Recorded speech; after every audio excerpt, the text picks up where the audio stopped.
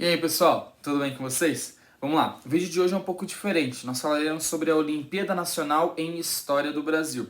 É uma Olimpíada organizada pela Unicamp e ela ocorre em todo o âmbito brasileiro. Então o país inteiro, todas as escolas que quiserem participar podem adentrar nela, certo? Como ela só fala exclusivamente sobre a história do Brasil, eu vou dar um panorama histórico e vou explicar um pouquinho, mais ou menos, como que funciona, qual que é o modelo de avaliação dela, certo? Vamos lá, bora lá. A avaliação ela é diferente das comuns. Não é dissertativa e nem objetiva, mas ela é análise de fonte histórica. Basicamente isso, é análise de fonte histórica, onde o aluno ele tem que ir através colocar o seu conhecimento diante da fonte histórica e analisar essa fonte. Sem contar que as questões elas não são dissertativas objetivas, como eu já disse anteriormente, mas sim ela faz um retrospecto. Ela colocam-se 4 alternativas e essas alternativas você equivale pontos a ela. Então seja 4, 3, 2 ou 1 ponto para a alternativa que você acha que é a menos correta, digamos assim. Para a questão que você considera 4 pontos, a alternativa que você considera 4 pontos é aquela que faz uma reflexão, uma análise profunda da fonte histórica, certo? Abaixo disso, a de 3 pontos, é aquela que faz uma análise, mas não é tão completa como a de 4 pontos. A de 2 pontos é uma que é mais uma descrição da fonte do que propriamente uma análise dela. E a 1 é ela que distancia muito de ser uma análise ou até mesmo uma descrição dessa fonte. Então, digamos assim, que é uma escala qualitativa, onde você coloca 4 pontos para que melhor se relaciona com a fonte e 1 ponto para que você considera que menos se relaciona com a fonte. Beleza? Então, essa daí é mais ou menos uma explicação de como é o funcionamento da avaliação, como é o funcionamento da prova, mais ou menos isso. Agora vamos falar sobre o panorama histórico brasileiro da história do Brasil.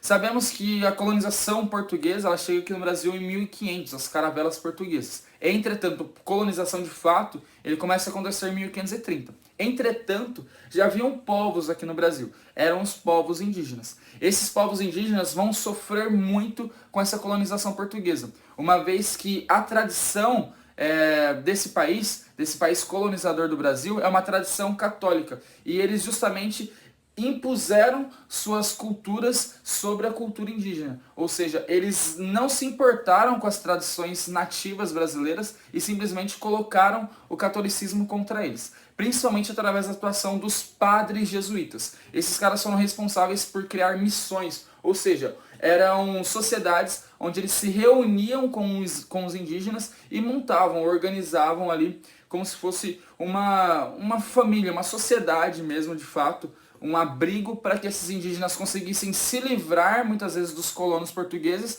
mas que esses indígenas eles também não poderiam ter suas tradições, mas sim serem ligados ao catolicismo, serem colonizados e catequizados, essa é a melhor palavra, catequizados por esses padres jesuítas, beleza?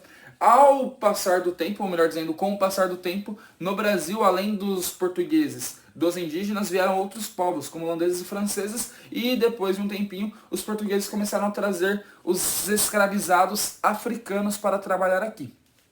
A história brasileira ela é muito de origem africana. Boa parte da população que vivia aqui no Brasil eram africanos escravizados. Entretanto, até os dias de hoje, essa história africana ela é muito abafada no Brasil e é pouco repercutida, principalmente nas escolas. Apesar de muitos esforços para se colocar a história africana em pauta, em alta, dentro das escolas, não se faz muito isso como deveria ser feito. Porque ainda permanece uma visão eurocêntrica da história. E o que é uma visão eurocêntrica da história do Brasil? É quando você coloca os personagens europeus como os pilares, como o centro da história nacional. Ou seja, você pega os portugueses e fala assim, eles são os heróis do Brasil, eles são os caras, não é à toa que a gente teve Dom Pedro I, nós tivemos Dom Pedro II, eles são os caras da história do Brasil, beleza? Entretanto, não é muito bem assim que funciona. Boa parte da nossa cultura, boa parte das nossas tradições, eles vieram de matriz africana.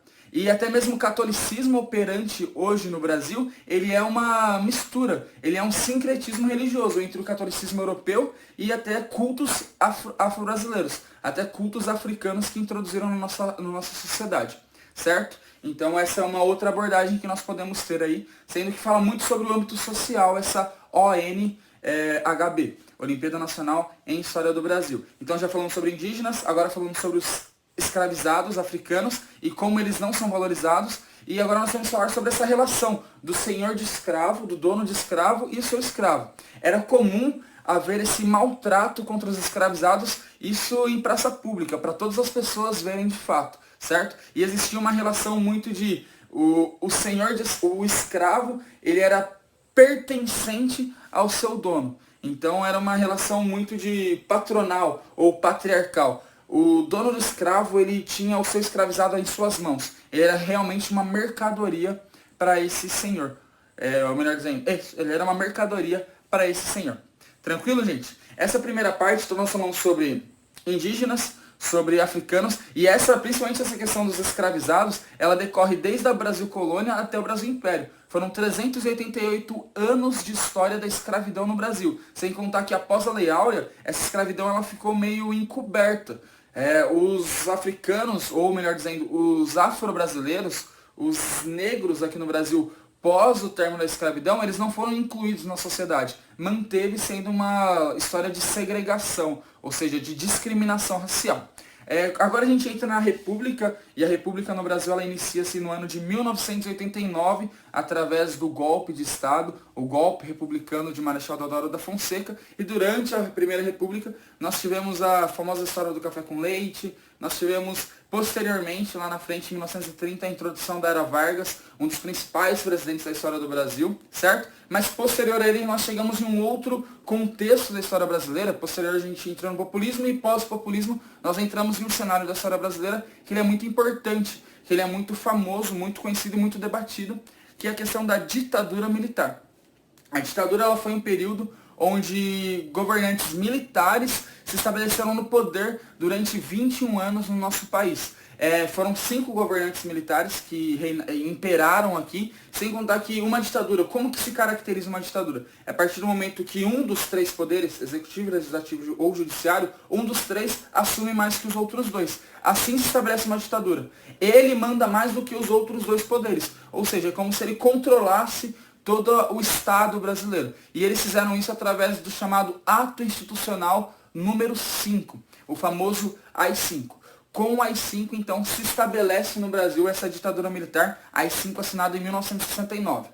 A ditadura ela só vai ter fim em 1985.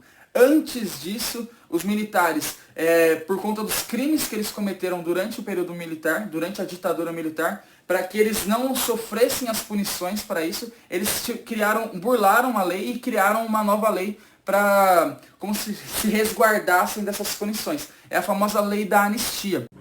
E através dela, todos os crimes cometidos durante o período militar, pelos agentes militares, pelos governantes militares, todos os crimes que eles cometeram durante o regime, eles foram perdoados. Ou seja, eles não sofreram as punições pelos crimes que cometeram, como tortura, sonegação de impostos, crimes fiscais, econômicos, enfim. Principalmente sobre os crimes de tortura, que foram muitos cometidos por eles. Beleza? Então, pós-ditadura militar, nós entramos então na nova república no Brasil. Tivemos uma porção de presidentes, um período de redemocratização do nosso país, que tem alguns ápices, alguns pontos marcantes, que é o Plano Real, a crise de 2008, que o Brasil conseguiu passar tranquilamente por essa crise, e até os escândalos de corrupção dos dias atuais. Beleza?